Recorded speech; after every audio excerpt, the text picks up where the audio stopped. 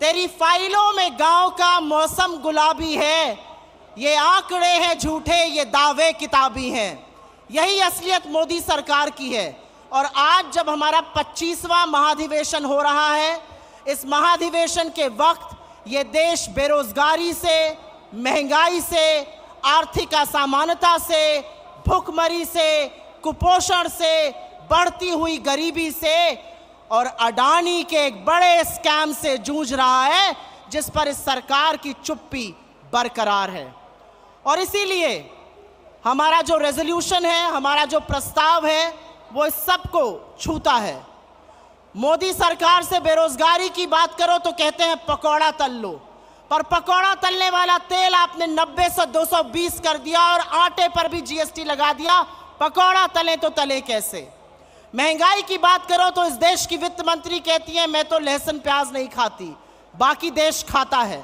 बाकी देश की महंगाई से आपने लगातार कमर तोड़ी है। और इसीलिए जो हमारा इकोनॉमिक रेजोल्यूशन है, जो आर्थिक प्रस्ताव है, वो भारत जोड़ो यात्रा से जुड़ा हुआ है।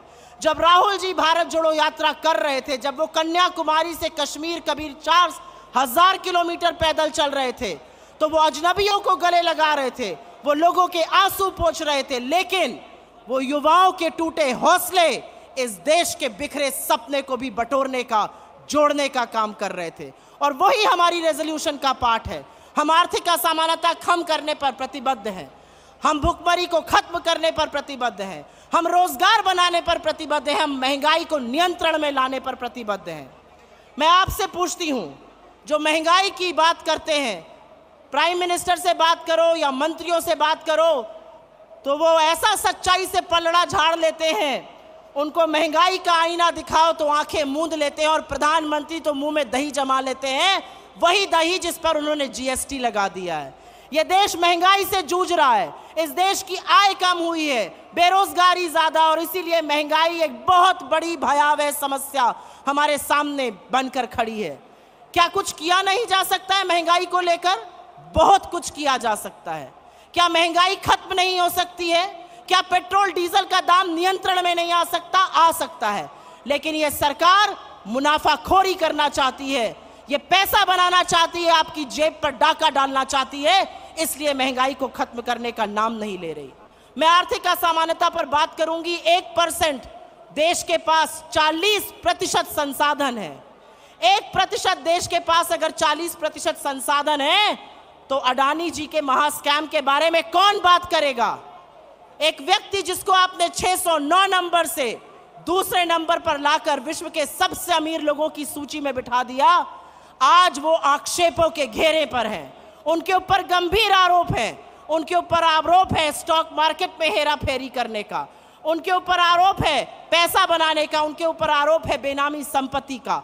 आपने उनको मोनोपोली दी पोर्ट में, एयरपोर्ट में, कृषि में, खाद्य में, सीमेंट में, रिन्यूएबल एनर्जी में। लेकिन जब आज उनके आक्षेप सामने आए हैं, आरोप सामने आए हैं, तो प्रधानमंत्री का गला सूखने लगता है। और जब राहुल जी उनसे लोकसभा में और हमारे अध्यक्ष उनसे राज्यसभा में सवाल पूछते हैं, तो उनके कांपते हाथों से वो पानी पीते हैं। लेकिन एक भी संस्थान उनके खिलाफ एक्ट नहीं करता है। कहाँ है सेबी, कहाँ है आरबीआई, कहाँ है डायरेक्टरेट ऑफ रेवेन्यू इंटेलिजेंस, कहाँ है ईडी, कहाँ है इनकम टैक्स, कहाँ है एसएफआईओ, कहाँ है एमसीए? एक शब्द नहीं बोला जाता है अडानी के खिलाफ। दुनिया भर के संस्थान, दुनिया भर के मार्केट्स, दुनिया भर के बैंक उनके खिलाफ एक्शन ले रहे हैं, लेकिन हमारे देश में उनके खिलाफ एक्शन नहीं लिया जाएगा। और मैं उत्तर प्रदेश से आती हूं और वहां पर एक लाइन है, जब सैया भय कोतवाल तो डर काहे का, और यही असलियत है। एक व्यक्ति एक्शन लेने को तैयार नहीं है। डाउ जोन्स और एसएनपी एक्शन ले रहा है, स्टैंडर्ड चार्टर्ड एक्शन ले रहा है, क्रेडिट स्विस एक्शन ले रहा है, सिटी बैंक एक्शन ले रहा है, यूके का रेगुलेटर एक्शन ले रहा है, लेकिन हम एक्शन लेने को तैयार नहीं है। और इसका खामियाजा ये देश भुगत रहा है। जब आप एक कारोबारी को लेकर दुनिया भर में घूमते हैं और उनका व्यवसाय बढ़ाने की कोशिश करते हैं, तो आप बेरोजगारी पर, महंगाई पर, बढ़ती गरीबी पर, आर्थिक असमानता पर बोलने का ना हौसला रखते हैं, ना बोलने की नैतिकता रखते हैं। बहुत लंबी बात नहीं करनी है। यहां पर मैं ये जरूर कहूंगी कि हमारी जो चुनी हुई सरकारें हैं, चाहे वो राजस्थान हो, हिमाचल हो, छत्तीसगढ़ की सरकार हो, लोगों की बात सुनती है और उसी के बल पर हमारा नीति निर्माण होता है। चाहे ओल्ड पेंशन स्कीम हो जो हमारी तीनों सरकार ने करी, या चाहे अर्बन मनरेगा हो, या हेल्थ की व्यवस्था हो, या न्याय स्कीम जो छत्तीसगढ़ ने लॉन्च करी, यही हमारा खाका है, यही हमारा प्रारूप है। यूपीए की सरकार ने 2004 से 14 के बीच में 27 करोड़ लोगों को गरीबी की सीमा रेखा से निकाला था और 23 करोड़ लोगों को गरीबी की सीमा रेखा के नीचे वापस ढकेलने का काम मोदी सरकार ने किया है। तो मैं अंत में सिर्फ इतना कहूंगी कि 1991 में एक बहुत बड़ा परिवर्तन हुआ था, इकोनॉमिक लिबरलाइजेशन हुआ था इस देश में, और आज वक्त आ गया है एक नई सोच का, एक नई आशा का, एक नई उम्मीद का, जो भारत जोड़ों से जग रही है, जो कांग्रेस के इस मंच से जग रही है, जो हमारे नेताओं से जग रही है। युवाओं को रोजगार देना हमारा परम कर्तव्य है। और अगर आप मुझसे पूछिए कि नंबर 1 टू नंबर 10 क्या प्राथमिकता होनी चाहिए सरकार की, तो रोजगार, रोजगार, रोजगार और महंगाई को खत्म करना होना चाहिए। युवाओं की बात करना इसलिए जरूरी है क्योंकि कहते हैं तलवारों की धारों पर इतिहास हमेशा बनता है, जिस ओर जवानी मुड़ती है उस ओर जमाना मुड़ता है।